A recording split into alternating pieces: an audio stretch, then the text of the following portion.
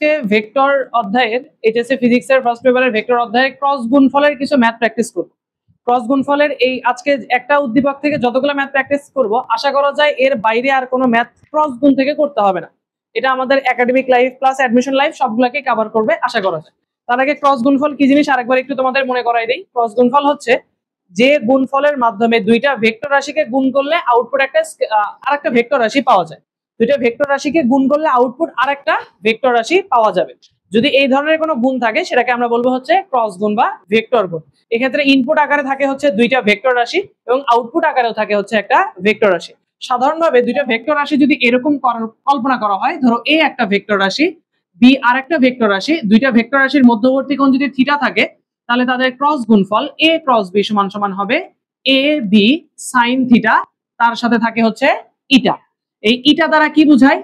ইটা হচ্ছে ক্রস গুণফলের দিক নির্দেশ করে। এইটুকু হচ্ছে ক্রস গুণফলের শুধুমাত্র মান এবং এইটা হচ্ছে ক্রস গুণফলের দিক। মনে করে দেওয়ার জন্য বলতেছি, ক্রস গুণফলের দিক হচ্ছে উভয় ভেক্টরের সাথেই কি বলতো, উভয় ভেক্টর এর সাথে লম্ব, এবং এই লম্ব বরাবর বাইরের দিকেও হতে পারে ভিতরের দিকেও হতে পারে। যদি আমি এ ক্রস বি করে ক্রস গুণফলটাকে যদি ক্লকওয়াইজ করতে পারি, ধরো আমরা এইখানে এ ক্রস বি করতেছি, তাহলে এ থেকে বি এর দিকে ঘোরার সময় যদি ঘূর্ণনটা আমাদের অ্যান্টি ক্লকওয়াইজ হয়, অ্যান্টি ক্লকওয়াইজ হলে অ্যান্টি ক্লকওয়াইজ যদি হয় তাহলে ক্রস গুণফলের দিক কোন দিকে হবে? তল বরাবর বাইরের দিকে না ভেতরের দিকে? অ্যান্টি ক্লকওয়াইজ হইলে তল বরাবর বাইরের দিকে, তল বরাবর বাইরের দিকে। আর যদি ক্লকওয়াইজ হয়, ক্লকওয়াইজ হলে দিকটা হবে তল বরাবর ভেতরের দিকে। ক্লকওয়াইজ কিভাবে? যদি আমি বি ক্রস এ করতাম, দেখো বি থেকে এর দিকে যদি ঘুরি, বি থেকে এর দিকে ঘুরলে এটা কি ঘূর্ণন হচ্ছে? ক্লকওয়াইজ ঘূর্ণন। তখন হবে তল বরাবর ভেতরের দিকে, তবে দুইটাই হবে উভয়ের সাথে লম্ব, মানে এ ভেক্টরের সাথেও লম্ব হবে, বি ভেক্টরের সাথেও লম্ব হবে, অনেকটা এইরকম। এটা তল বরাবর বাইরের দিকে তবে ভেতরের দিকে হইতে পারে, তবে উভয়ের সাথে হবে লম্ব। তো আমরা আয়ত একক ভেক্টরের যখন ক্রস গুণ শিখছিলাম, আয়ত একক ভেক্টরের ক্রস গুণ আমরা একটু আগে দেখলাম, মানে অবস্থান ভেক্টরগুলোর ক্রস গুণ করতে হয় নির্ণায়ক পদ্ধতির সাহায্যে। অবস্থান ভেক্টরগুলোর ক্রস গুণ আমরা শিখবো হচ্ছে নির্ণায়কের সাহায্যে। তো ক্রস গুণফলের ম্যাথ করার জন্য আমরা কয়েকটা ভেক্টর রাশি অবস্থান ভেক্টর একটু মান লিখে রাখি। এগুলা হচ্ছে আমাদের উদ্দীপক। তোমরা একটু উদ্দীপকটা তুলে ফেলো, আমি কতগুলো ভেক্টর লিখতেছি। তো ধরো আমি লিখলাম এ ভেক্টর, তো এ ভেক্টর সমান সমান আমি লিখবো ধরো 2i minus J plus 5k। তারপরে লিখলাম বি ভেক্টর, লিখলাম হচ্ছে 3i plus 2j minus 4k। তারপরে লিখলাম আরেকটা ভেক্টর ধরো সি ভেক্টর, লিখলাম হচ্ছে এখানে i cap minus 3j cap plus k cap, এরকম লিখলাম তিনটা ভেক্টর। তো এই তিনটা ভেক্টর আমাদের উদ্দীপকে থাকবে। এই ভেক্টর গুলা দিয়েই আমরা আশা করি সবগুলা কোশ্চেন এর থেকেই বের করতে পারবো, মোটামুটি যতগুলা হয়। যদিও ত্রিভুজের কতগুলা থাকবে সেটা আলাদা কোশ্চেনের মাধ্যমে আমরা করব আশা করতেছি। তাহলে প্রথম কোশ্চেন আমাদের a cross b vector equals to what? তার মানে এ আর বি ভেক্টরের ক্রস গুণ করতে হবে, এ আর বি ভেক্টরের ক্রস গুণ করতে হবে। আশা করতেছি ক্রস গুণ তোমরা শিখে ফেলছো অলরেডি। আমরা তারপরেও আরেকবার একটু করে দিই।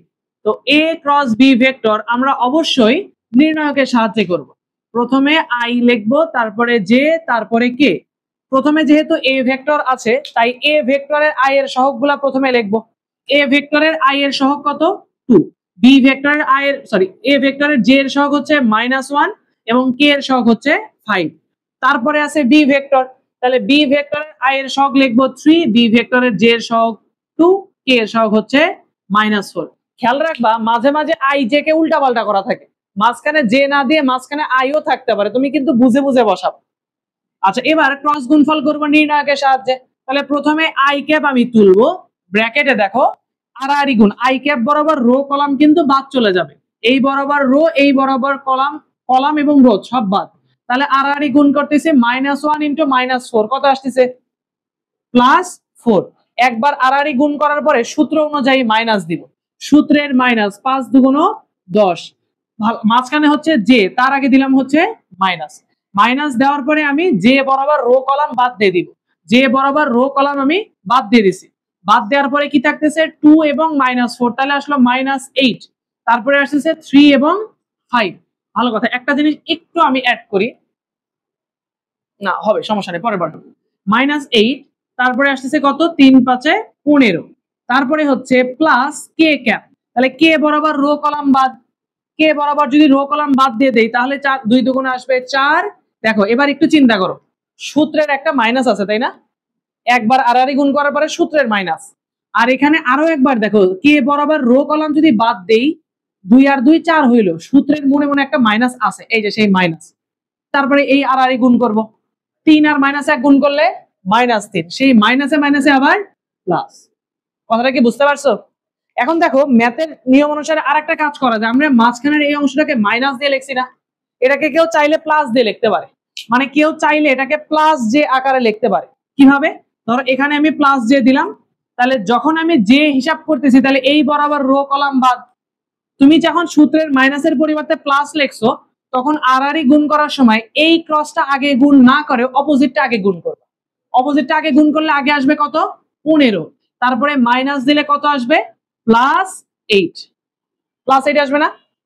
দেখো এই অংশের হিসাব আর এই অংশের হিসাবের आंसर সেম, 15 আর 8 কত হয় 23, তাহলে দেখো 23j, এখানে দেখো -15 -8, তাহলে -23, মাইনাসে মাইনাসে আবার এই যে +23। তাহলে কেউ যদি চায় যে জে এর সামনে আমি মাইনাস দিব না, তাহলে কি করতে হবে, যে ভাবে আমি গুণ করতেছি সেইভাবে গুণ না করে অপোজিট কর্ণটা আগে গুণ করে নিতে হবে। ওই ঝামেলা দরকার নাই, তোমরা ওই সরাসরি একভাবে গুণ করতে থাকো, খালি মাঝখানেটা মাইনাস দিলেই হচ্ছে। তাহলে চলো এবার একটু যোগ বিয়োগ করি, 4 - 10 করলে কত আসবে -6i, এখানে -23, মাইনাসে মাইনাসে আবার +23j, তারপরে হচ্ছে 4 + 3 মানে 7k। দেখো এই যে ক্রস গুণ করলাম, ক্রস গুণফলের যে আউটপুটটা আসছে এই আউটপুটটা কিন্তু আই জে কে এখনো আছে, আই জে কে আছে মানে কি দিক এখনো আছে। এই জন্য আমরা বললাম যে ক্রস গুণফলে বা ভেক্টর গুণফলে দুইটা ভেক্টর গুণ করলে আউটপুট অবশ্যই একটা কি রাশি থাকে বলতো, ভেক্টর রাশি, কারণ এর দিক এখনো আছে। আচ্ছা যদি তোমাকে বলতো যে a ক্রস b এর মান নির্ণয় করো, এইভাবে বলছে মান, মান কিভাবে নির্ণয় করবা, আগে ক্রস গুণ বের করবা, a ক্রস b এর বের করা হয়েছে না, তারপর এটা তো একটা অবস্থান ভেক্টরের মতো চেহারা, তো অবস্থান ভেক্টরের মান কিভাবে বের করে, সুন্দর করে একটা রুট ওভার দিবা, i এর সহগের উপরে স্কয়ার দিবা, প্লাস j এর সহগের উপরে স্কয়ার দিবা, প্লাস k এর সহগের উপরে স্কয়ার, 24.77 এত একক। দেখো এটা কি বুঝতে পারছি আমরা? আচ্ছা এইবার 2 নাম্বার কোশ্চেন, এখান থেকে 2 নাম্বার কোশ্চেন, 1 নাম্বার কোশ্চেনে কিন্তু সলিউশন আমাদের শেষ। এবার আসি 2 নাম্বার কোশ্চেন, এটা কি আমরা ক্লিন করে ফেলবো, পিছাই দিই, এটা সবার তোলা হয়ে গেছে। ওকে 2 নাম্বার কোশ্চেন আমাদেরকে কি বলতেছে, দেখো 2 নাম্বার কোশ্চেন আমাদেরকে বলতেছে যে বি ও সি ভেক্টর পরস্পর সমান্তরাল কি না, সমান্তরাল কি না। আচ্ছা দেখো দুইটা ভেক্টর পরস্পর সমান্তরাল কিনা, আমরা যখন ডট গুণ করছিলাম তখন কিন্তু আমরা এইভাবে পড়ছিলাম যে দুইটা ভেক্টরের ডট গুণফল 0 হলে তারা পরস্পর লম্ব, দুইটা ভেক্টরের ডট গুণফল 0 হলে তারা পরস্পর লম্ব, এই জন্য বলছিলাম লম্ব কিনা চেক করতে বললেই সবসময় ডট গুণ করবে। এখন কি লম্ব কিনা সেটা জিজ্ঞাসা করছে না, এখানে জিজ্ঞাসা করছে হচ্ছে তারা পরস্পর সমান্তরাল কিনা। আচ্ছা দুইটা ভেক্টর যদি পরস্পর সমান্তরাল হয়, দুইটা ভেক্টর যদি সমান্তরাল হয় তাহলে তাদের মধ্যবর্তী কোণ কত ডিগ্রি বলতো, 0 ডিগ্রি। দুইটা ভেক্টর সমান্তরাল মানে তারা একই দিকে ক্রিয়াশীল, আর একই দিকে ক্রিয়াশীল হলে তাদের মধ্যবর্তী কোণ কত ডিগ্রি হবে, 0 ডিগ্রি। আচ্ছা তাহলে এবার কি বের করলে বোঝা যাবে সমান্তরাল, মনে রাখবা দুইটা ভেক্টরের ক্রস গুণফল যদি 0 হয় তাহলে তাদের মধ্যবর্তী কোণ 0 ডিগ্রি, দুইটা ভেক্টরের ক্রস গুণফল যদি 0 হয় তাহলে তাদের মধ্যবর্তী কোণ 0 ডিগ্রি এবং তারা পরস্পর সমান্তরাল। ভাই এটা কেন, চলো আমরা একটু কারণ জিজ্ঞাসা করি। আমি এটার হিন্ট বলে রাখতেছি, এখানে বি আর সি এর ক্রস গুণফল B cross C is equals to 0 হলে তাহলে বি ভেক্টর আর সি ভেক্টর সমান্তরাল। দেখো মাঝখানের এই চিহ্নটা সমান্তরাল চিহ্ন, এটা তো মনে হয় আমরা জানি তাই না, জ্যামিতিতে আমরা ব্যবহার করে থাকি। তা কেন দুইটা ভেক্টরের ক্রস গুণফল 0 হলে তারা সমান্তরাল হবে, চলো চেক করি। তাহলে আমি ধরো দুইটা ভেক্টরকে ক্রস গুণ করতেছি, বি ক্রস সি মানে বি সি সাইন থিটা তার সাথে ইটা। এখন এই থিটার ভ্যালু কত ডিগ্রি বলতেছি বলতো? সমান্তরাল মানে কত ডিগ্রি থিটার ভ্যালু? থিটার ভ্যালু হচ্ছে 0 ডিগ্রি। এখন তুমি হিসাব করো বি সি সাইন 0, বলতো সাইন 0 ডিগ্রির মান কত? সাইন 0 ডিগ্রির মান 0 হলে ক্রস গুণফল কত হয়ে যাচ্ছে ভাইয়া? 0। তাহলে বুঝতে পারছো কেন দুইটা ভেক্টরের ক্রস গুণফল 0 হলে তারা লম্ব। ক্লিয়ার? তাহলে যখনই তোমার কাছে জিজ্ঞাসা করবে যে দুইটা ভেক্টর পরস্পর সমান্তরাল কিনা, তুমি কি চেক করবা বলো তো? ক্রস গুণফল চেক করবা। যদি ক্রস গুণফল 0 আসে তাহলে বলবা যে হ্যাঁ পরস্পর সমান্তরাল, আর যদি দেখো না ক্রস গুণফল 0 হচ্ছে না তাহলে সমান্তরাল না। যদি দেখো ক্রস গুণফল 0 হচ্ছে তাহলে তারা সমান্তরাল, আর যদি ক্রস গুণফল 0 না হয় তাহলে সমান্তরাল হবে না। তাহলে এটার উত্তরের শুরুতে তুমি এই বাংলার শর্ট ফর্ম তো লিখবাই, একটা বাংলা লাইন লেখো, পারলে ভিন্ন কালারের পেন ব্যবহার করো, পারলে ভিন্ন কালারের পেন ব্যবহার করে লেখো দুইটি ভেক্টরের ক্রস গুণফল 0 হলে তারা পরস্পর লম্ব হবে, সরি সমান্তরাল হবে। দুইটি ভেক্টরের ক্রস গুণফল 0 হলে তারা পরস্পর সমান্তরাল হবে। দুইটি ভেক্টরের ক্রস গুণফল 0 হলে তারা পরস্পর সমান্তরাল হবে। উত্তরের শুরুতে এটা মাল্টি কালার পেন দিয়ে লেখো, এটা হচ্ছে তোমার জানার জন্য ভবিষ্যতে যাতে এটা তোমার ব্যবহার করা যায়। তোমরা একটা কাজ করতে পারো, সবগুলো কোশ্চেন উদ্দীপকের নিচে নিচে লিখতে পারো, অ্যানসারে 1 2 3 করে লিখতে পারো, ভালো হবে যদি লিখতে চাও, সমস্যা নেই। ওকে, তাহলে দেখো আমরা কি লিখে ফেলছি যে দুইটা ভেক্টরের ক্রস গুণফল 0 হলে তারা পরস্পর সমান্তরাল হবে। ওকে, চলো এবার দেখি তো এটা সমান্তরাল কিনা। সমান্তরাল কিনা এর জন্য কি করতে হবে ভাইয়া? ক্রস গুণ করতে হবে। তাহলে আমরা দুইটাকে ক্রস গুণ করে ফেলি। তাহলে B cross C, B cross C করি। তাহলে প্রথমে আই জে কে, দেখো তো তুমি লিখছো কি বি ক্রস সি, তাহলে প্রথমে বি ভেক্টরের সহগগুলো লিখতে হবে। তাহলে আই এর মান কত ভাইয়া? বি ভেক্টরের আই এর সহগ 3, জে এর সহগ 2, কে এর সহগ হচ্ছে -4। সি ভেক্টরের আই এর সহগ কত? 1, জে এর সহগ হচ্ছে -3, কে এর সহগ হচ্ছে 1। ক্রস গুণফলের নিয়ম তো অলরেডি আমরা শিখে রাখছি। তাহলে I cap into 2 plus sorry -12। দেখো তো এটা ঠিক লিখলাম না ভুল লিখলাম? একটু খেয়াল করো, আই বরাবর রো কলাম বাদ দিছি, 2 আর 2 গুণ করলে 2 হচ্ছে, তাহলে সূত্রের একটা মাইনাস কিন্তু আছে, তাহলে তোমরা বলছো কি হবে? প্লাস হবে। আচ্ছা দেখি, ঠিক আছে তোমাদের কথা অনুযায়ী করি। তাহলে প্রথমে সূত্রের মাইনাস দিলাম, তারপরে দেখো 3 এবং 4 গুণ করো, 3 4 কত হয়? 12, মাইনাসে মাইনাসে কি হবে? প্লাস, তাহলে প্লাস 12। এখানে কি আসছে? +12, প্লাসে মাইনাসে আবার কি? মাইনাস। এগুলা খেয়াল রাখবে, এইটুকু ছোট ছোট বিষয় ভুল করা যাবে না। তাহলে এখানে আসতেছে -12, বুঝতে পারছো? ছোট ছোট বিষয় খেয়াল রাখবো, দরকার হলে 2 লাইন বেশি করবা, মানে সূত্রের মাইনাস দিবা, তারপরে ভেতরে প্লাস না মাইনাস ব্র্যাকেটে লিখবা, তারপরেও যেন ভুল না হয়, ঠিক আছে? প্লাসে মাইনাসে ভুল যেন না হয়। তারপরে জে এর বেলায় মাইনাস, জে বরাবর রো কলাম বাদ, 3 গুণন 1 3। তারপরে দেখো সূত্রের মাইনাস আছে -4 × 1, তাহলে -4 আর ওই যে সূত্রের মাইনাস, তাহলে কি হবে? +4। তোমরা যদি বুঝতে প্রবলেম ফেস করো তাহলে আমি প্রয়োজনে মাঝখানে আরো একটা লাইন লিখবো, আর যদি এমনিতে বুঝতে পারো কোনো সমস্যা নেই। প্লাস মাইনাসের ঝামেলা এড়ানোর জন্য প্রয়োজনে এক লাইন বেশি লিখবো। আচ্ছা, এবার হচ্ছে কে ক্যাপ প্লাস কে ক্যাপ, তাহলে কে বরাবর রো কলাম বাদ, কে বরাবর যদি রো কলাম বাদ দেই, 3 আর 3 গুণ করলে কত আসতেছে? -9, সূত্রের -2। তাহলে হিসাব নিকাশ করি, দেখো তো কত আসতেছে? -10 আই ক্যাপ, তারপরে -7 জে ক্যাপ, তারপরে -11 কে ক্যাপ। তাহলে দেখো তো বি ক্রস সি এদের গুণফল, ক্রস গুণফল কি 0 হয়েছে? তুমি বলতে পারো ভাইয়া মান তো এখনো বের করেনি, মান বের করার আসলে প্রয়োজন নাই। তাহলে দেখো তুমি যদি মান বেরও করো, 10 এর উপরে স্কয়ার হবে, 7 এর উপরে হবে, 11 এর উপরে হবে, মান তো একটা পাবা। যদি কোনো ভেক্টরের মান 0 হয় তার মানে ওই অবস্থান ভেক্টরটাও 0ই ছিল, এখানেই 0 আসবে। যদি মান 0 আসে তাহলে এখানেও 0 চলে আসবে। এখানে কি 0 আসছে? তাহলে কি আমরা বলতে পারতেছি যে দুইটা ভেক্টরের ক্রস গুণফল b cross c is not equal to 0? 0 কি হয়েছে? না। তাহলে যেহেতু নট ইকুয়াল টু 0, অতএব ভেক্টর দ্বয় পরস্পর সমান্তরাল হবে না। ভেক্টর দ্বয় পরস্পর সমান্তরাল নয়। এটার উত্তরের শুরুতে কিন্তু এভাবে লিখবা যে হচ্ছে আমরা জানি দুইটা ভেক্টরের ক্রস গুণফল শূন্য হলে তারা পরস্পর সমান্তরাল হবে। এই কথাটা দিয়ে শুরু করবা, সরাসরি এখান থেকে শুরু করবা না। প্রথমে কি লিখবা, আমরা জানি দুইটা ভেক্টরের ক্রস গুণফল শূন্য হলে তারা পরস্পর কি হবে, সমান্তরাল হবে। তারপরে তুমি এই কাজটুকু করবে। আচ্ছা ঠিক আছে, এটা কি বুঝতে পারছি আমরা সবাই? এবার একটু চিন্তা করো, তোমাকে ধরো জিজ্ঞাসা করছে যে সমান্তরাল কিনা, তুমি বললা হ্যাঁ সমান্তরাল না, তার মানে তাদের মধ্যবর্তী কোণ 0 ডিগ্রি না।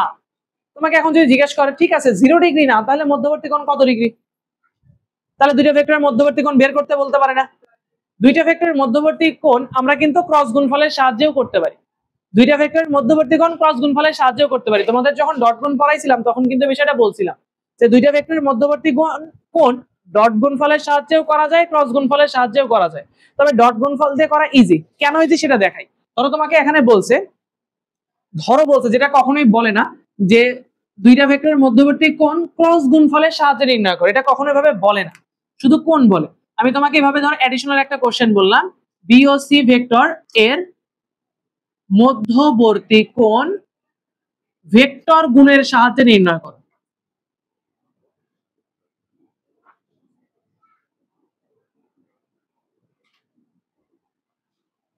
এটা ধরো বলছে, যেটা কখনোই বলে না, তোমাকে শুধু বলবে যে ক্রস দুইটা ভেক্টরের মধ্যবর্তী কোণ নির্ণয় করো। তাহলে যদি মধ্যবর্তী কোণ নির্ণয় করতে বলে তাহলে সবসময় আমরা ডট গুণফলই করব, ক্রস গুণফল করব না।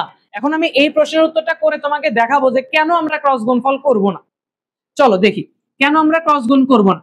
এটার উত্তরের জন্য তোমাকে আগে বি ক্রস সি এটা বের করে নিতে হবে। বি ক্রস সি আগে বের করে নিতে হবে।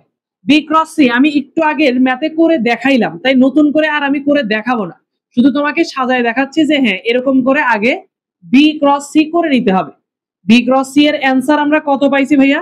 বি ক্রস সি এর অ্যান্সার পাইছিলাম -6i, তারপরে পাইলাম হচ্ছে সরি -10i, -10i, তারপরে পাইলাম -7j, -11k, এই পর্যন্ত আমি পাইছি। এরপর আমি কি করব, বি ক্রস সি এর মান বের করব, root over -10 square plus -7 square plus -11 square. দেখো তো বি ক্রস সি এর মান কত আসতেছে, 3√30, এত একক মানটা আসতেছে। ভালো কথা। এখন তাহলে ভাইয়া এই কাজটা করা দেখো বেশ সময় সাপেক্ষ না? এখন তুমি দেখবা ক্রস গুণফলের সাহায্যে নির্ণয় করার পদ্ধতি। তাহলে আমরা এখন লিখবো বি ক্রস সি। তাহলে বি ক্রস সি এর সূত্র কি ভাইয়া? B C sine theta. দেখো তো এই যে থিটা, এই থিটাটাই কি ভেক্টর দ্বয়ের মধ্যবর্তী কোণ না? এই মধ্যবর্তী কোণ তোমাকে বের করতে হবে। তাহলে সাইন থিটা, এটা হচ্ছে দিক নির্দেশ করে, দিকের প্রয়োজন হচ্ছে না। ভালো কথা, এখানে মনে হয় মান লাগবে না, মান লাগবে না। তাহলে দেখো সাইন থিটা সমান সমান B cross C divided by কি লেখা যায় বলো তো, বি সি। তাহলে দেখো উপরে আমরা কি করতেছি, বি ক্রস সি এর, ভালো কথা, এটা তো মান, শুধু মান না, এটা যা লিখলাম এটা কি আমি লিখছিলাম? তাহলে কি লিখছিলাম বলতো, শুধুমাত্র মান। এই জন্য আমি দুই পাশে আবার কি চিহ্ন দিয়ে রাখছি, মডুলাস। মডুলাস না দিলে কি মান বোঝাবে না? আচ্ছা তাহলে বি ক্রস সি এর মান divided by BC. B cross C এর মান আমরা বের করছি না অলরেডি? বি ক্রস সি এর মান কিন্তু অলরেডি আমরা বের করে ফেলছি। তাহলে দেখো ওই মানটা বের করার জন্য আবার কত বড় কাজ করতে হয়েছে। তাহলে সেই মানটা আমি লিখি 3√30। এবার নিচে লেখা আছে শুধু বি। শুধু বি মানে কি বোঝাচ্ছে? বি ভেক্টরের মান। তো বি ভেক্টরের মান কত আমরা একটু হিসাব করি। রুট ওভার বি এর মান হচ্ছে 3 এর উপর স্কয়ার প্লাস 2 এর উপর স্কয়ার প্লাস -4 এর উপর স্কয়ার। তারপরে সি ভেক্টরের মান, সি ভেক্টরের মান কত? সি ভেক্টরের মান হচ্ছে 1 স্কয়ার প্লাস -3 এর উপর স্কয়ার প্লাস 1 স্কয়ার। এই পাশে কি থাকছে ভাইয়া? Sine theta. তাহলে থিটা ইকুয়ালস টু কি লেখা যাচ্ছে, সাইন ইনভার্স 1, এই পুরাটুকু 3√30 ডিভাইডেড বাই এটা কত আসে, 3 এর উপর স্কয়ার করলে 9, 9 আর হচ্ছে 4 এর 13, 13 আর 16, 16 আর 13 কত হয় 19, সরি 29, 16 আর 13 29, 16 আর 4 20, 29। আচ্ছা আর এই পাশে হচ্ছে 9, 10, 11, তাহলে √11, 66.92 ডিগ্রি। এটা হচ্ছে দুইটা ভেক্টরের মধ্যবর্তী কোণ। কোন গুণফলের সাহায্যে দেখানো হইলো? ক্রস গুণের সাহায্যে। দেখো কতগুলা কাজ। এবার এই মধ্যবর্তী কোণ আমি তোমাকে ডট গুণের সাহায্যে করে দেখাই যে কত সহজে আসলে আমরা করা শিখছিলাম। আমরা এখন একটু এই কাজটাই ডট গুণের সাহায্যে দেখি, ডট গুণের সাহায্যে। তাহলে আমরা বলছিলাম দুইটা ভেক্টরের মধ্যবর্তী কোণ বললেই আমরা ডট গুণ করব। দুইটা ভেক্টরের মধ্যবর্তী কোণ যদি বের করতে বলে তাহলে আমরা সবসময় ডট গুণ করব। তাহলে B dot C equals to B C cos theta. তাহলে এখান থেকে দেখো আমরা লিখতে পারি কি cos theta equals to B dot C divided by BC. তাহলে বি ডট সি একটু হিসাব করি। বি ভেক্টরটা কত ভাইয়া? বি ভেক্টরটা হচ্ছে 3i plus 2j minus 4k, আর সি ভেক্টরটা কত? i minus 3j plus k divided by B ভেক্টরের মান সি ভেক্টরের মান। বি ভেক্টরের মান 3 square plus 2 square plus minus 4 এর উপর স্কয়ার, রুট ওভার সি ভেক্টরের মান 1 স্কয়ার প্লাস মাইনাস 3 এর উপর স্কয়ার প্লাস 1 স্কয়ার। তাহলে ডট গুণফলের পদ্ধতিটা কি ছিল? ডট গুণফলের পদ্ধতি ছিল সহগের সাথে সহগ গুণ। এইখানে i এর সহগ হচ্ছে 3, এইখানে i এর সহগ কত?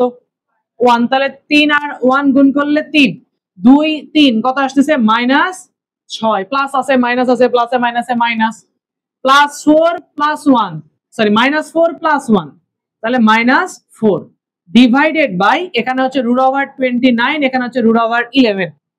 তাহলে এখন দেখো এই পাশে ছিল কি cos থিটা, তোমার তো থিটা বের করতে হবে। থিটার সাথে cos ছিল গুণ অবস্থায়, ওই পাশে চলে গেলে ইনভার্স হয়ে যাবে। এন্ড উপরে কত আসে? 10 প্লাস 3 ওটা কত আসতেছে হচ্ছে minus 7 divided by root 29 root 11। ক্যালকুলেটরে করে দেখো, যদি ঠিকঠাক মতো ক্যালকুলেশন হয়ে থাকে তাহলে এখানেও 66.92 ডিগ্রি আসবে ওইরকম। তো দেখো আমরা এখানে যা হিসাব করলাম এটাতে যা অ্যান্সার ওটাতে কিন্তু তাই অ্যান্সার, এইটাতে যা অ্যান্সার ওটাতে তাই অ্যান্সার। এখন তুমি বলতে পারো ভাইয়া দুইটার অ্যান্সার তো দুই রকম, দেখো আমি তোমাকে জিনিসটা বুঝাই। এই যে দেখো এ একটা ভেক্টর, মনে মনে কল্পনা করেন এইটা হচ্ছে সেই এ ভেক্টর, এইটা ধরেন সেই বি ভেক্টর। তাহলে দেখেন এ আর বি ভেক্টরের মাঝখানে এটাকেও কোণ হিসেবে ধরা যাইতে পারে। আবার কেউ যদি বলেন নেগেটিভ এ, এই যে মাইনাস এ, এর সাথে এটাও অ্যাঙ্গেল ধরতে পারে না, দুটোই কিন্তু এ আর বি এর মধ্যবর্তী কোণ। তো ধরো এইটা বের করলেও হবে, এটা বের করলেও হবে, সমস্যা নেই। তো এই জন্য দেখো ডট গুণফলের সাহায্যে করা কত সহজ, ডট গুণফলের সাহায্যে করা কত সহজ, আর ক্রস গুণফলের সাহায্যে করলে কত বেশি কষ্ট হয়। এই জন্য কখনোই আমরা দুইটা ভেক্টরের মধ্যবর্তী কোণ ক্রস গুণফল দিয়ে করবো না, যদি না প্রশ্নে এরকম বলা থাকে, যেটা এখনো পর্যন্ত আমি কখনো দেখিনি যে বলা থাকে। সরাসরি শুধু বলে মধ্যবর্তী কোণ নির্ণয়। তাহলে মধ্যবর্তী কোণ নির্ণয়ের সময় সবসময় ডট গুণ প্রসেস ফলো করবা, ক্রস গুণ কখনোই করবা না, এটা খুবই লেন্দি প্রসেস এবং সময় সাপেক্ষ। আচ্ছা তাহলে আমরা আমাদের পরের দিকে ফেরত সেটা মিশাই ফেলি। যাদের এর আগে ডট গুণ করার সময় কনফিউশন ছিল যে কেন আমরা ডট গুণের সাহায্যেই করব, কেন ক্রস গুণের সাহায্যে করব না, তারা কি ক্লিয়ার?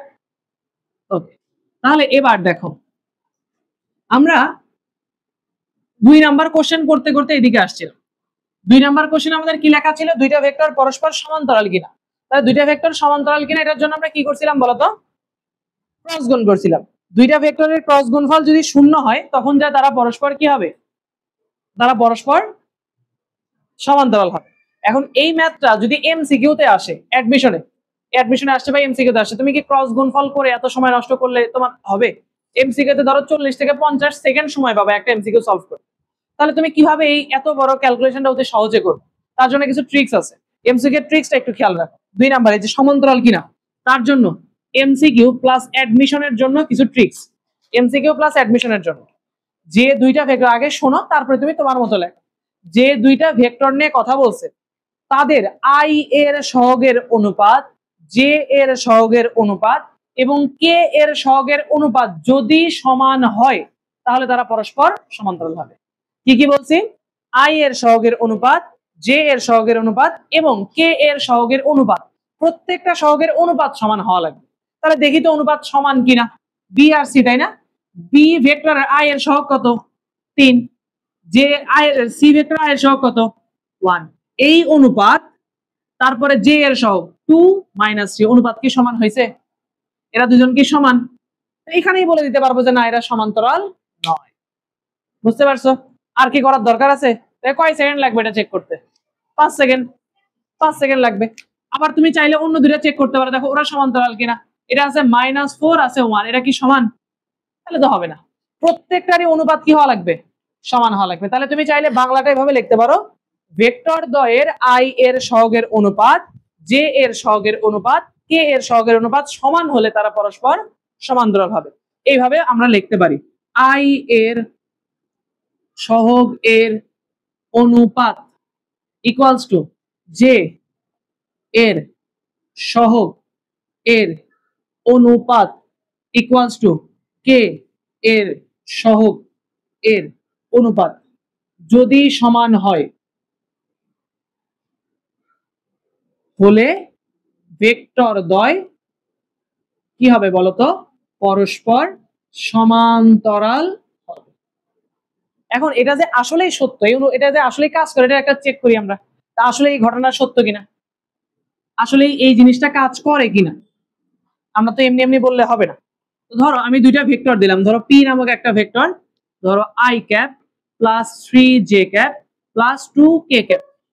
এখানে কিউ নামক আরেকটা ভেক্টর দিলাম, ধরো 3 I cap plus 9 J cap plus 6 K cap. দেখো তো তোমরা এই দুইটা ভেক্টর সমান্তরাল কিনা, ক্রস গুণ করে দেখো দুইটা ভেক্টর সমান্তরাল কিনা, এরা পরস্পর সমান্তরাল কিনা ক্রস গুণ করে দেখো। ক্রস গুণ করে দেখো, ক্রস গুণ করে চেক করো। ক্রস গুণ করে, সমান্তরাল তো ডট গুণ দিয়ে করা যায় না। এই দুইটা ভেক্টর সমান্তরাল কিনা এটা একটু ক্রস গুণ করে চেক করে দেখো। চলো তোমাদের সাথে সাথে আমিও করি। একা একা করতে করতে তোমরা বোর ফিল করতে পারো যে ভাইয়া শুধু আমাদেরকে কষ্ট করায়। I cap J cap K cap 1 3 2। আচ্ছা এখানে কোনো মাইনাস দিলাম না বলে সমস্যা মনে হচ্ছে, মাইনাস টাইনাস দিয়ে দিই, মাইনাস দিয়ে দিই। বলতে পারো যে ভাই মাইনাস দিলে এরকম মনে হয় কখনো হবে না। যদি মাইনাস দিতে চাই, ধরো এখানে একটা মাইনাস দিলাম, এখানে একটা মাইনাস দিলাম, এখানে একটা মাইনাস দিলাম। মনে করতে পারো ভাইয়া মনে হয় ইচ্ছা করে প্লাস দিছে, মাইনাস দিলে মনে হয় না, এই জন্য সব সহজ দিই। তাহলে এখানে আসে হচ্ছে তোমার 1 -3 2, আসে হচ্ছে তোমার -3 9 এবং -6। আচ্ছা ক্রস গুণ করি আই ক্যাপ, তাহলে দেখো তো গুণফল কত আসবে? 3 6 কত বলো তো? 18 মাইনাস 9 দুগুণ 18। দেখো অলরেডি কিন্তু আই ক্যাপের মান 0 চলে আসছে, আই ক্যাপ 0 চলে আসছে না, জে কে 0 আসা লাগবে। তাহলে মাইনাস জে ক্যাপ, তাহলে দেখো জে বরাবর রো কলাম বাদ, 6 কে -6, তারপর এটা বাদ দিছি, তাহলে মাইনাস সূত্রের 3 দুগুণ -6, আবার একটা সূত্রের মাইনাস আছে, কি হবে বলো তো? প্লাস। দেখো তো জে ক্যাপও কত চলে আসছে? 0 চলে আসছে কিন্তু, তারপরে প্লাস কে ক্যাপ। তাহলে দেখো তো এইবার এটা বাদ, 9 × 9, 9 × 1 9। তাহলে দেখো সূত্রের একটা মাইনাস আছে, আর এখানে 3 3 9, মাইনাসে মাইনাসে প্লাস, তাহলে প্লাস 9, তাহলে প্লাস মাইনাসে মাইনাস, তাহলে কত আসতেছে দেখো 0 I cap minus 0 J cap plus 0 K cap. তাহলে এই যে সবই 0, এটার কি লেখার দরকার আছে? 0 এমনি কি লেখা যায়? 0 সাথে আই গুণ করলে তো 0 হবেই, কষ্ট করে আবার লিখবা কেন? 0ই লেখা একবারে। তাহলে দেখো তো পি আর কিউ এর ক্রস গুণফল কত আসছে? ক্রস গুণফল যদি 0 আসে তারা কি সমান্তরাল না? অবশ্যই সমান্তরাল। এখন দেখো তো অনুপাত দিয়ে ঘটনাটা কি ব্যাখ্যা করা যায় কিনা, অনুপাত কি সমান কিনা চেক করো। এখানকার আই এর সহগ কত? 1, যে আই এর নিচের কিউ ভেক্টর আই এর সহগ -3। দেখি তো পরেরটা কি, আই এর সহগ -3, সরি জে এর সহগ -3, এখানে হচ্ছে 9, কাটাকাটি করলে -1/3 কিন্তু থেকে যায়, তাই না? উপরে হচ্ছে 1, নিচে হলো 3, আর এই পাশেটা তাহলে এখন পর্যন্ত কিন্তু সেম সেম আছে। 2 আর -6, উপরে 2 নিচে -6, কাটাকাটি করলে 1/3, তাহলে অনুপাত সেম সেম হয়ে গেল না? অনুপাত সেম হয়েছে কিনা? এই জন্যই বলা হয়েছে যদি আই এর সহগগুলোর অনুপাত, জে এর সহগগুলোর অনুপাত এবং কে এর সহগ এদের অনুপাত যদি সমান হয় তাহলে তারা পরস্পর কি হবে বলো তো? সরি সমান্তরাল হবে।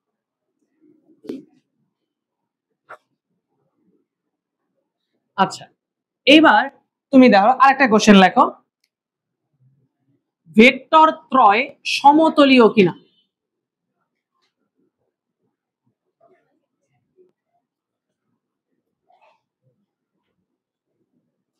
ভেক্টর ত্রয় সমতলীয় কি না?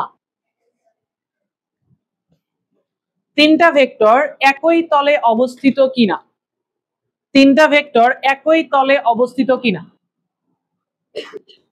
এটাই হচ্ছে ঘটনা। সমতলীয় ভেক্টর কাকে বলে? কতগুলো ভেক্টর যদি একই তলে অবস্থান করে তখন আমরা তাদেরকে সমতলীয় ভেক্টর বলি। আচ্ছা, একই তলে অবস্থান করে কিনা এটা যাচাই করব কিভাবে? এটারও একটা শর্ত আছে। শর্ত হচ্ছে যে কোনো দুইটার ক্রস গুণফলের সাথে অপর ভেক্টরের ডট গুণফলের মান শূন্য হওয়া লাগবে। যে কোনো দুইটার ক্রস গুণফলের সাথে অপর ভেক্টরের ডট গুণফল যদি শূন্য হয় তাহলে হবে সমতলীয়। তাহলে তুমি এরকম করতে পারো, দেখো এ আর বি কে ক্রস গুণ করলা, তার সাথে সি কে ডট গুণ করলা, যদি জিরো হয় তাও হবে। তুমি মনে করলা বি আর সি কে ক্রস গুণ করবা, তার সাথে এ কে ডট গুণ করবা, জিরো হবে, তাও চলবে। তুমি মনে করলা কি করতে পারো, এ আর সি কে ডট ক্রস গুণ করবা, তার সাথে বি এর ডট গুণ করবা, যদি জিরো হয়। এই সকল ক্ষেত্রেই তারা সমতলীয় হবে। দুইটা ভেক্টরের ক্রস গুণফলের সাথে অপর ভেক্টরের ডট গুণফল যদি শূন্য হয় তাহলে এরা সমতলীয় হবে। এখন ঘটনা হচ্ছে শর্তটা এমন কেন? এরকম হলে আসলেই সমতলীয় কেন, এটা একটু আমরা যাচাই করতে চাই। ঠিক আছে, এই যে একটা ভেক্টর এখানে রাখা আছে, এই যে একটা ভেক্টর এখানে রাখা আছে, দুইটা কি একই তলের উপর অবস্থিত না? এখন এটাও যদি একই তলের উপর অবস্থিত হয় তাহলে এদেরকে আমি সমতলীয় বলতে পারবো। দেখি এরা সমতলীয় হয় কিনা, এরকম শর্ত হয় কিনা যাচাই করি। তো ধরো দুইটা ভেক্টরের ক্রস গুণফল, ঠিক লিখলাম, ডট গুণফলের সাথে অপরটার ক্রস গুণফল না? আচ্ছা আমি একটু চেক করি এটা শর্ত কিনা, একটু চেক করি, হয়তো উল্টা হইতে পারে। সরি, আগেই হচ্ছে সরি বলবেছি। দেখো এই যে ধরো দুইটা ভেক্টরের ক্রস গুণফল, দুইটা ভেক্টরের ক্রস গুণফলের ডিরেকশন কি হবে? ক্রস গুণফলের ডিরেকশন কোন দিকে হবে? উভয়ের সাথে লম্ব বরাবর। তাহলে ধরো এই যে একটা ভেক্টর, এই যে একটা ভেক্টর, এই ভেক্টরটা ধরো দুইটা ভেক্টরের ক্রস গুণফল। ঠিক আছে, এই দুইটা ভেক্টর এই তলের উপর অবস্থিত আছে, এই দুইটা ভেক্টর এই তলের উপর অবস্থিত আছে। তাহলে এই দুইটা ভেক্টরকে ক্রস গুণ করলে ক্রস গুণফলের ডিরেকশন কোন দিকে হবে? উভয়ের সাথে লম্ব বরাবর। তাহলে দেখো আমি এইখানে এই দুইটাকে ডট গুণফলের ক্রস গুণফলের ডিরেকশনটাকে কল্পনা করতে পারি না? এটা হলো দুইটা ভেক্টরের ক্রস গুণফল, ঠিক আছে, গুণফল। তাহলে এই দুটাকে তো গুণ করে ফেলছি, এটা এখন আছে। তাহলে দেখো তো এইটা এই স্কেলের সাথেও লম্ব, এই পাশের স্কেলের সাথেও লম্ব, তাই না? উভয়ের সাথে লম্ব। এবার দেখো তৃতীয় আরেকটা ভেক্টর, স্কেল দাও তো আরেকটা, স্কেল লাগবে না, আমি একটা কলম বা পেন্সিল ব্যবহার করি। ধরো এটা হচ্ছে আরেকটা ভেক্টর, এটা যদি এই তলের উপর অবস্থান করে, এটাও যদি এই তলের উপর অবস্থান করে তাহলে এই তলের সাথে এটাও লম্ব না? তাহলে দেখো চিন্তা করো, এই দুইটা ভেক্টরের ক্রস গুণফল এইটা, দুইটা ভেক্টরের ক্রস গুণফল এইটা, এইটার সাথে এটা হলো সেই 3 নাম্বার ভেক্টর। এই 3 নাম্বার ভেক্টরের মধ্যবর্তী কোণ কত ডিগ্রি? বুঝতে পারতেছো কি? এই যে একটা ভেক্টর, এই যে একটা ভেক্টর, এই দুইজনের ক্রস গুণফল হচ্ছে এইটা, তাদের সাথে এই দুইটা ভেক্টরের মধ্যবর্তী কোণ 90 ডিগ্রি, কারণ ক্রস গুণফল সবসময় উভয়ের সাথে কি হয়? লম্ব। তাহলে এইটার সাথেও এই স্কেলটা লম্ব, এইটার সাথেও এই স্কেলটা লম্ব। ঠিক আছে, এবার তৃতীয় ভেক্টরও যদি এই তলের উপর অবস্থান করে, যদি করে, আমি তো জানি না করবে কিনা, যদি করে তাহলে তৃতীয় ভেক্টরের সাথে এটার মধ্যবর্তী কোণ কত ডিগ্রি হবে? 90। তাহলে এখন এই ক্রস গুণফলের সাথে তৃতীয় ভেক্টরের আমরা কি করতেছি? তাহলে ক্রস গুণফলের সাথে তৃতীয় ভেক্টরের ডট গুণ করতেছি। ডট গুণফলের অ্যান্সার কত বলতেছি? বলো তো, ডট গুণফলের অ্যান্সার কখন 0 হয়? যখন তারা পরস্পর লম্ব। তাহলে এইটা এবং এইটা পরস্পর লম্ব হইলেই তো ডট গুণফল 0 হবে। তাহলে এটা এবং এটা পরস্পর লম্ব। তাহলে দেখো তো এই গুণফলের সাথে এই ভেক্টরেরও লম্ব, এই তৃতীয় ভেক্টরেরও লম্ব, এটারও লম্ব। তাহলে তিনটা একই তলে না থাকলে কি এরকম হইতো? ধরো একটা যদি এইভাবে অবস্থান করতে, এইভাবে, তাহলে দেখো তো এই তৃতীয় ভেক্টরের সাথে এটা কি লম্ব? না। শর্ত কি বুঝতে পারছো? আরেকবার বুঝাই। দেখো এইটা হচ্ছে একটা ভেক্টর এই তলের উপর অবস্থিত, এটা আরেকটা ভেক্টর এই তলের উপর অবস্থিত, দুইটা ভেক্টরের ক্রস গুণফল উভয়ের সাথে লম্ব বরাবর। এটা হচ্ছে সেই তৃতীয় ভেক্টরটা যেটা উভয়ের সাথে লম্ব অবস্থানে আছে, এটা হচ্ছে গুণফল আর কি, এই দুইটার গুণফল উভয়ের সাথে লম্ব। এবার আরেকটা ভেক্টর এই তলের উপর অবস্থিত আছে কিনা সেটা আমি যাচাই করব। যদি আরেকটা ভেক্টর এই তলের উপর থাকে তাহলে যেহেতু এই গুণফলটা পুরো তলের সাথেই লম্ব, তার মানে এই তৃতীয় ভেক্টরের সাথেও লম্ব হবে। তৃতীয় ভেক্টরের সাথে লম্ব হলে এইটার সাথে এটার গুণফল, ডট গুণফল কি হবে? 0। যেহেতু লম্ব, লম্ব হলে ডট গুণফল কি হয়? 0। তাহলে দেখো আমরা তাই করছি, যে কোনো দুইটার ক্রস গুণ করব, গুণফলের সাথে অপর ভেক্টরের ডট গুণ করব, যদি 0 হয় তার মানে তিনটা আসলে একই তলের উপর অবস্থান করতেছে, আর যদি 0 না হয় তাহলে একই তলের উপর অবস্থান করতেছে। বুঝতে পারছি? তাহলে এই শর্তের কারণ কি ক্লিয়ার আমাদের কাছে? তাহলে এখন কোন শর্ত দিয়ে করবা বলো? হ্যাঁ, শর্ত ঠিক আছে। তাহলে দেখো কোন শর্ত দিয়ে করবা, কোনটা দিয়ে করবা, যেটা তোমার ভালো লাগে। কোনটা ভালো লাগবে বলো তো? আমার কাছে ভালো লাগতেছে এইটা। বলো তো কেন? কারণ এই গুণ আমি করছি অলরেডি, বি ক্রস সি করা আছে না আমার কাছে। আচ্ছা, এ ক্রস বিও মনে করা আছে তাই না, 1 নম্বরে। তাহলে আবার কষ্ট করা লাগবে। আচ্ছা করি।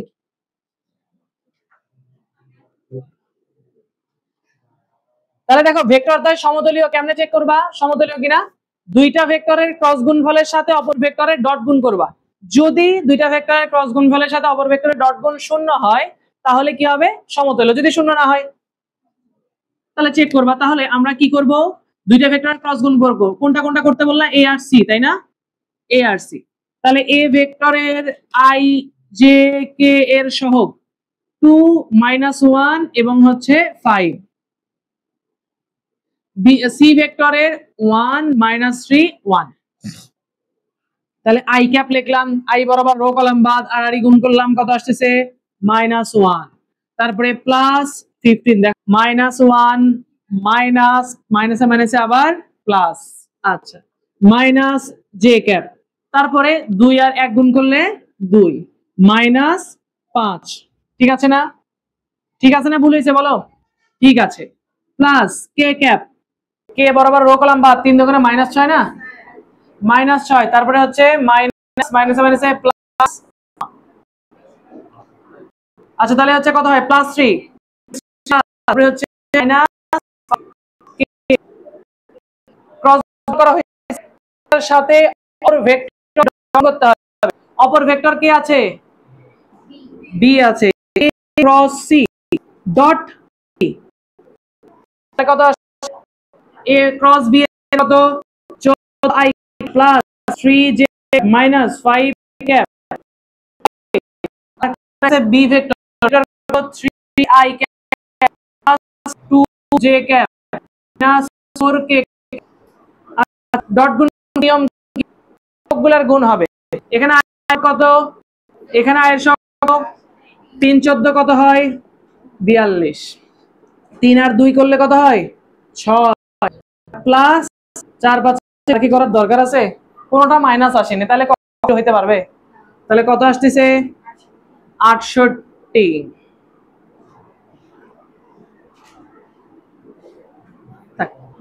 তাহলে আমরা কি বলবো মন্তব্য? যেহেতু এখানেই লিখি ছোট্ট করে, যেহেতু a cross c dot b is not equal to 0, তাই ভেক্টর ত্রয় সমতলীয় নয়। বুঝতে পারছো? এখন এই যে ভেক্টর ত্রয় সমতলীয় কিনা এই কোশ্চেনটাকে আরো একভাবে করা যায়। কোশ্চেনটা আরো কিভাবে করা যায়? তোমাকে বলতে পারে এ কমা বি কমা সি ভেক্টর ত্রয় দিয়ে ঘনবস্তু গঠন করা যাবে কিনা, গঠন করা যাবে কি না। যদি করা যায় তবে সেই গঠিত ঘনবস্তুর আয়তন নির্ণয় করো।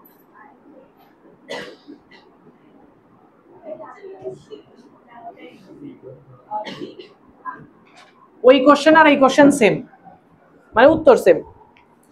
তোমাকে সমতলীয় কিনা যাচাই করতে বলবে, অথবা বলবে ভেক্টর ত্রয় দিয়ে কোনো ঘনবস্তু গঠন করা যায় কিনা। যদি গঠন করা না যায় অ্যান্সার তো শেষ, আর যদি গঠন করা না যায় তাহলে আর করা লাগবে না।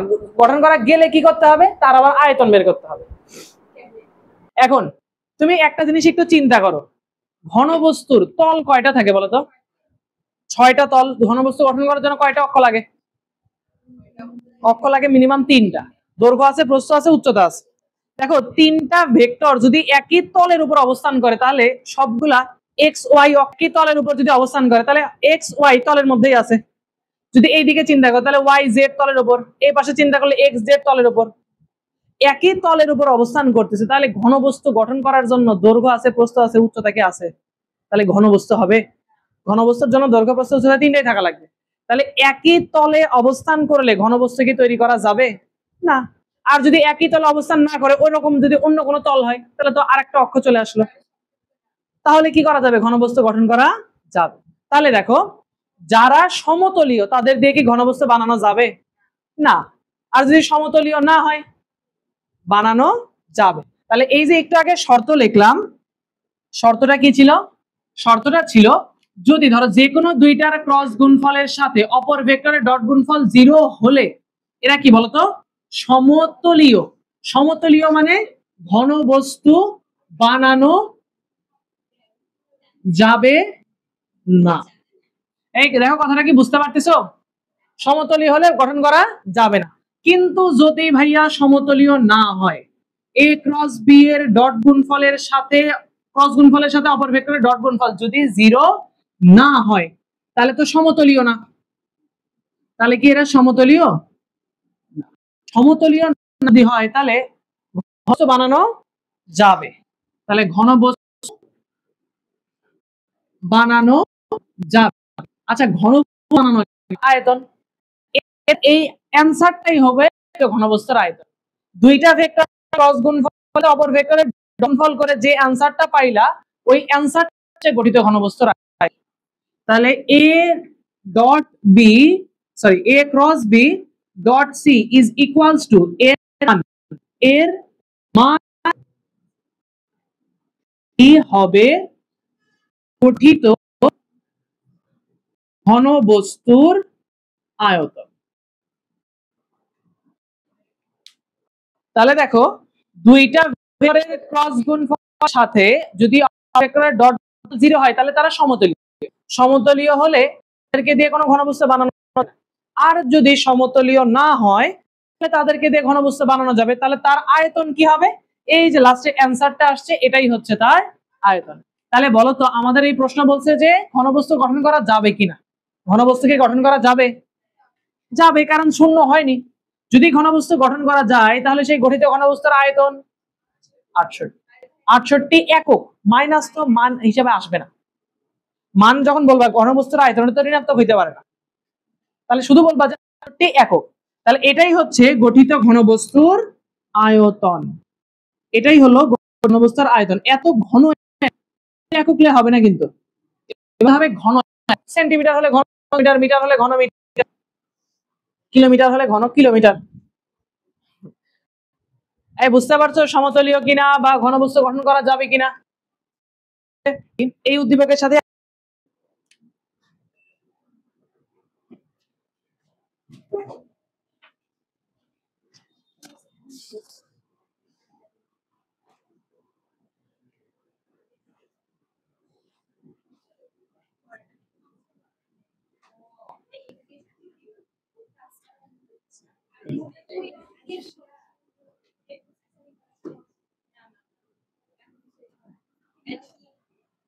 দেখো নেক্সট কোশ্চেন, এ ও বি ভেক্টর এর লম্ব দিকে একটি একক ভেক্টর নির্ণয় করো। এর আগে আমরা সমান্তরাল একক ভেক্টর নির্ণয় করা কিন্তু শিখছিলাম। একটা ভেক্টরের সমান্তরালে একটি একক ভেক্টর কিভাবে নির্ণয় করা যায়, ওই ভেক্টরকে তার মান দ্বারা ভাগ করলেই তার দিকে বা তার সমান্তরালে একটি একক ভেক্টর পাওয়া যায়। এবার তোমাকে কি বলছে, এ ও বি ভেক্টর এর লম্ব দিকে একটি একক ভেক্টর নির্ণয় করো। তাহলে লম্ব দিকে একক ভেক্টর কিভাবে নির্ণয় করা যাবে একটু চিন্তা করো। আমরা আগে একটু জিনিসটাকে চিন্তা করি। ধরো দুইটা ভেক্টরকে আমি ক্রস গুণ করলাম, ক্রস গুণ করলে কি অ্যান্সার পাওয়া যাবে, এ বি সাইন থিটা, তার সাথে বলতো ইটা আসলে কি, একটি একক ভেক্টর যেটার কাজ কি দিক নির্ণয় করা। এটা আসলে একটি একক ভেক্টর, এটার কাজ কি দিক নির্ণয় করা। এটার দিক কোন দিকে বলতো, উভয়ের সাথে তুমি মিলাও তো, এ আর বি এর লম্ব দিকে একক ভেক্টর নির্ণয় করতে বলছে। একক ভেক্টর মানে ইটা, লম্ব দিকে দেখো তো এই দুইটা লম্ব দিকেই তো ইটা, উভয়ের সাথে লম্ব, তাহলে কি বের করতে হবে, ইটা বের করতে হবে। কথাটা কি বুঝতে পারছো, উভয়ের সাথে লম্ব বরাবর একক ভেক্টর মানে কি বের করতে হবে, eta equals to a cross B divided by কি লেখা যাবে, এ বি সাইন থিটা। এখন সামনে একটা প্লাস মাইনাস দিব। কেন প্লাস মাইনাস দিব? এই যে উভয়ের সাথে লম্ব বরাবর তো বাইরের দিকেও হতে পারে, ভেতরের দিকেও হতে পারে। ক্লকওয়াইজ হলে কোন দিকে বলো তো? ক্লকওয়াইজ হলে ভেতরের দিকে, তল বরাবর ভেতরের দিকে, আর অ্যান্টি ক্লকওয়াইজ হলে তল বরাবর বাইরের দিকে। তাহলে এটা বোঝানোর জন্য আমরা প্লাস মাইনাস দিব। এখন দেখো তোমাকে তাহলে আগে কি করে নিতে হবে? এ ক্রস বি বের করে নিতে হবে না? তাহলে আগে এ ক্রস বি বের করে আসি। করা আছে না আমাদের কাছে? কষ্ট করে আবার করব না। তাহলে আমি জাস্ট একটু লিখে রাখি যে কি করতে হবে। A cross b i j k ফরম্যাটে আমরা নির্ণায়কের সাহায্যে করে ফেলব। অ্যানসারটা কত আসলে একটু আমাকে বলো তো।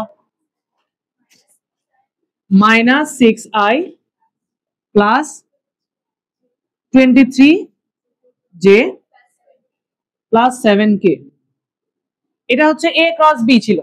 এখন নিচে আছে এ বি সাইন থিটা। বলতো এ বি সাইন থিটা এইটুকুকে আমরা কি বলতে পারি? এ ক্রস বি এর শুধুমাত্র মান। তাহলে এটাকে এইভাবে লেখা যায় না, plus minus A cross B divided by A cross B এর মান আমরা বের করে রাখছি কিনা বলতো? কত আসছে?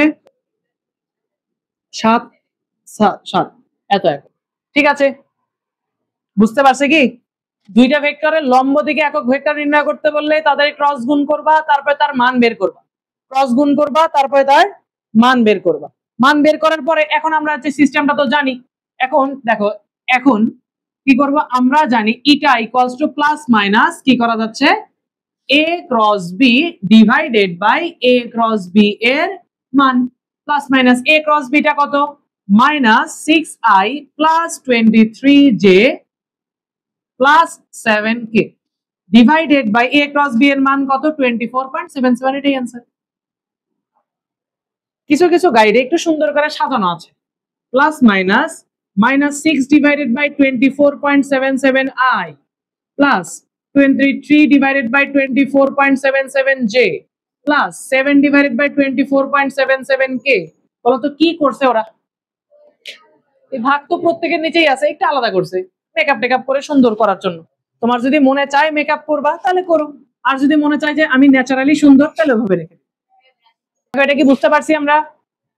তাহলে এটা তো সহজ বিষয়, আমাদের কাছে করা আছে বলে সহজ, না থাকলে একটু করতে হতো। এখান থেকে কিন্তু শুরু না, শুরু এখান থেকে। এটা তোমাকে বুঝাইলাম যে কি করতে হবে, কেন করতে হবে। যে এখানে বুঝাইলাম যে কি করতে হবে এবং কেন করতে হবে। ক্লিয়ার আমাদের কাছে? এটাই যে দশমিকে বের না করে যদি √614 রাখতে তাহলে দেখতে সুন্দর লাগতো। √614 লাগলে দেখতে সুন্দর লাগতো।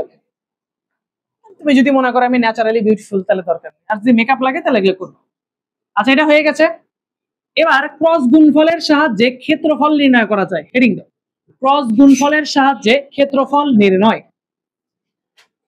ক্রস গুণফলের সাহায্যে ক্ষেত্রফল নির্ণয়। ক্রস গুণফলের সাহায্যে ক্ষেত্রফল নির্ণয়। ত্রিভুজের করব, সামান্তরিকের করব। ত্রিভুজ আর সামান্তরিক দুইটা করলেই শেষ। ক্রস গুণফলের সাহায্যে ক্ষেত্রফল নির্ণয়। এখানেও ক্রস গুণফলই লাগবে। ওকে, তাহলে এইবার হচ্ছে ক্ষেত্রফল নির্ণয়।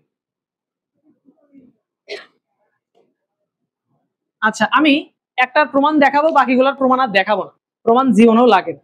তারপরে আত্মার মাগফিরাত কামনার জন্য একটা প্রমাণ দেখাচ্ছি। তুলবা, আমি কষ্ট করতেছি তুমি করবা না মানে? ধরো দুইটা ভেক্টর রাশি একটা ত্রিভুজের, যদি দুইটা সন্নিহিত বাহু নির্দেশ করে, দুইটি ভেক্টর রাশি যদি একটি ত্রিভুজের দুইটি সন্নিহিত বাহু নির্দেশ করে, তাহলে এই ত্রিভুজের ক্ষেত্রফল হবে half into a cross b vector এর মান। দুইটা ভেক্টর রাশি যদি একটা ত্রিভুজের দুইটা সন্নিহিত বাহু নির্দেশ করে, তাহলে এই ত্রিভুজের ক্ষেত্রফল হবে half into a cross B ভেক্টরের মান।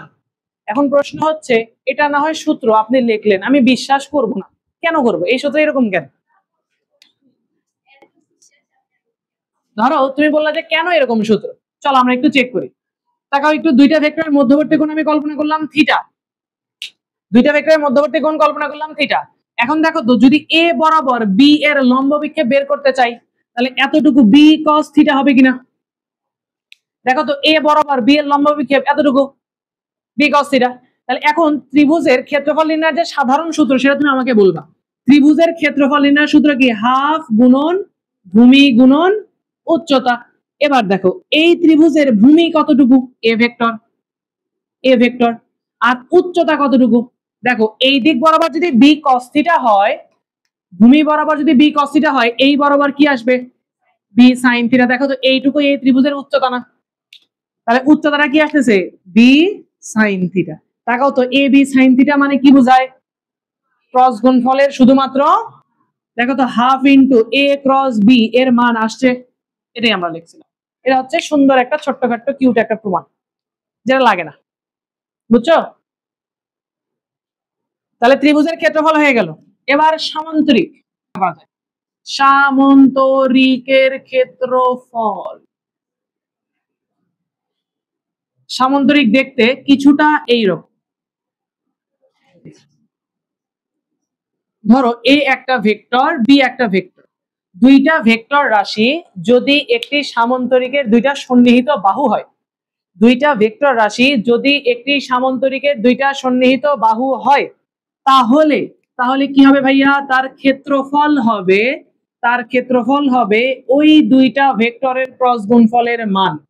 হাফ নাই। এবার সামান্তরিকের দুইটা সন্নিহিত বাহু হলে কি হবে বলতো? তাদের ক্রস গুণফলের মান। আর যদি এই রকম হয়, দুইটা ভেক্টর রাশি, এই নিজেরা কথা বলো না, দুইটা ভেক্টর রাশি যদি একটি সামান্তরিকের দুইটা কর্ণ নির্দেশ করে, যদি দুইটা কর্ণ নির্দেশ করে, ধরো এ একটা ভেক্টর রাশি, বি আর একটা ভেক্টর রাশি, তাহলে তাদের ক্ষেত্রফল হবে, তাদের ক্ষেত্রফল হবে হাফ ইন্টু এ ক্রস বি এর মান। এগুলা একটু মনে রাখতে হবে, এইগুলা একটু মনে রাখতে হবে। আমি এটাও একটু প্রমাণ দেখাচ্ছি, এই দুটো দেখাবো আর দেখাবো না, ঘাবড়ানোর কিছু নেই। দেখো একটু কষ্ট করে এই ত্রিভুজটাকে আমি যদি চাই এই মাঝখান থেকে কেটে ফেলতে পারি না? দুই টুকরা করে কাটলে দুইটা ত্রিভুজ পাওয়া গেল না? তাহলে এই ত্রিভুজের ক্ষেত্রফল আর এই ত্রিভুজের ক্ষেত্রফল যোগ করলে কি হবে? টোটাল সামান্তরিকের ক্ষেত্রফল। এখন দেখো ভেক্টর স্থানান্তর আমরা শিখছিলাম, মনে আছে? এই বি ভেক্টরটাকে এখানে কল্পনা করা যাবে না, আবার এই এ ভেক্টরকে এখানে কল্পনা করা যাবে। এখন দেখো এই যে এই ছোট্ট ত্রিভুজটা, এই ত্রিভুজের দুইটা সন্নিহিত বাহু দুইটা ভেক্টর নির্দেশ করতেছে, এরকম দুইটা সন্নিহিত বাহু দুইটা ভেক্টরকে নির্দেশ করতেছে। তাহলে এই ত্রিভুজের ক্ষেত্রফল কি?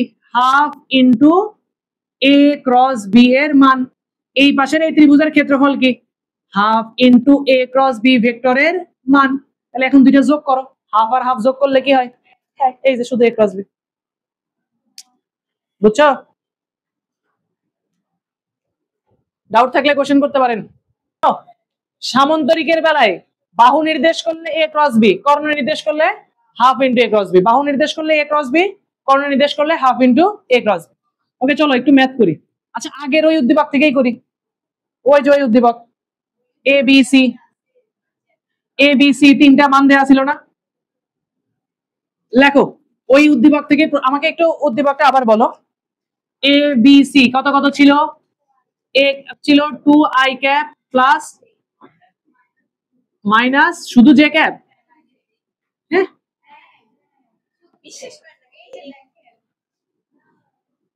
স্মৃতিশক্তি দুর্বল হয়ে গেছে।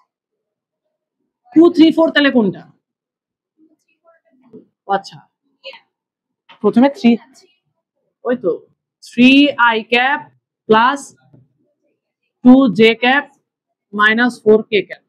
আর সি ভেক্টর কি ছিল?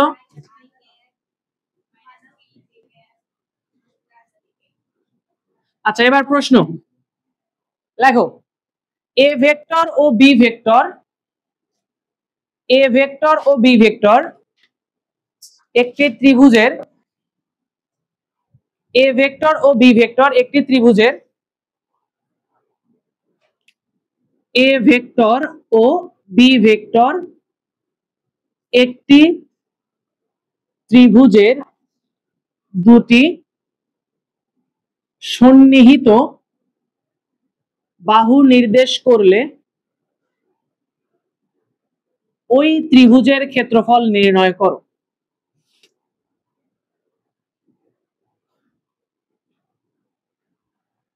এ ভেক্টর ও বি ভেক্টর একটি ত্রিভুজের দুইটা সন্নিহিত বাহু নির্দেশ করলে ওই ত্রিভুজের ক্ষেত্রফল নির্ণয় করো।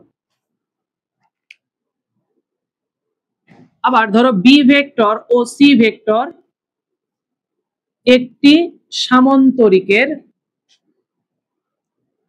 দুইটি সন্নিহিত বাহু নির্দেশ করলে ওই সামান্তরিকের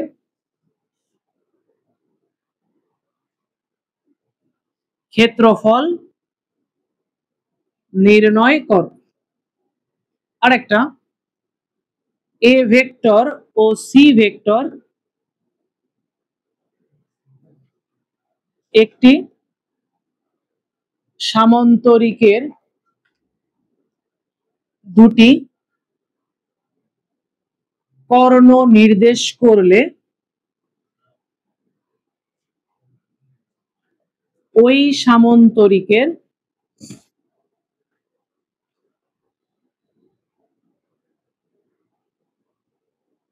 ক্ষেত্রফল নির্ণয় করো।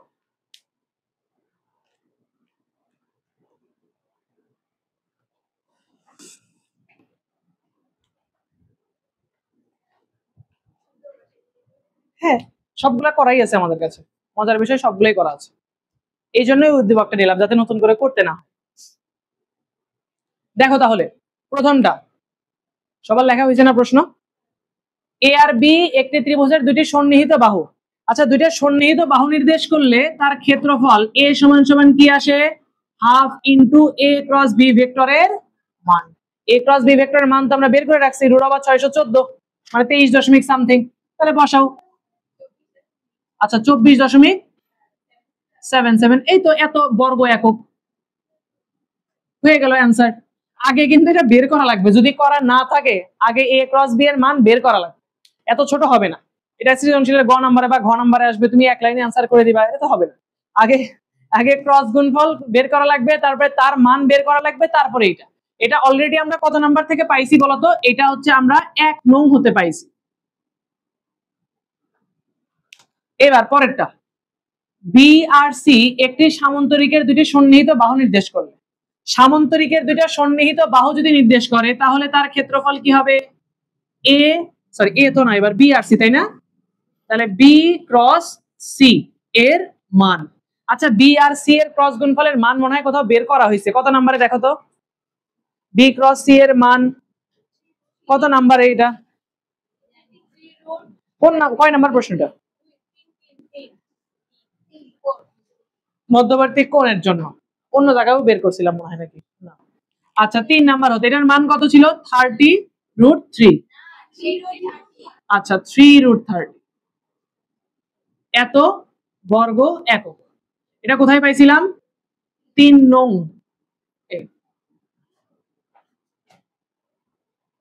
তাহলে আগে কি করতে হবে? ক্রস গুণফল করা লাগবে, তারপরে তার মান বের করা লাগবে, তারপরে ওটাই আনসার। বুঝতে পারছি? আচ্ছা বলো তো, এ আর সি একটি সামান্তরিকের দুটি কর্ণ নির্দেশ করলে তাহলে ওই সামান্তরিকের ক্ষেত্রফল, কর্ণ নির্দেশ করলে ক্ষেত্রফল কি আসবে? হাফ ইন্টু এ ক্রস সি। এ ক্রস সি কোথাও একটা করছিলাম, সমতলীয়ের মধ্যে মনে হয় করছিলাম। এ ক্রস সি, এ ক্রস সি এর মান বের করা হয় নাই, তাহলে এ ক্রস সি এর মান আমি সাইড নোটে একটু করে নিই। হ্যাঁ, এ ক্রস সি এর মান, এ ক্রস সি কত? এ ক্রস সি এটা কত বের করছিলাম বলতো? 14i + 3j - 5। এটা কত নাম্বার থেকে পাইছি? 4 নং হতে। তাহলে এটার মান বের করি। এ ক্রস সি এর মান √i এর সহগের স্কয়ার, j এর সহগের স্কয়ার, k এর সহগের স্কয়ার। কত আসে? 230। রুট করার পরে নাকি উপরে রুট আছে? রুট আছে উপরে। আচ্ছা, রুট থাকে, তাহলে হাফ ইন্টু √230 একক কি হবে? বর্গ একক। গুণ করবা তুমি, আমি তো ক্যালকুলেটর পাচ্ছি না, জানি আমি রেখে দিচ্ছি। আচ্ছা, তাহলে আজকে আমাদের পড়া এই পর্যন্তই। আপনাদেরকে অনেক ধন্যবাদ।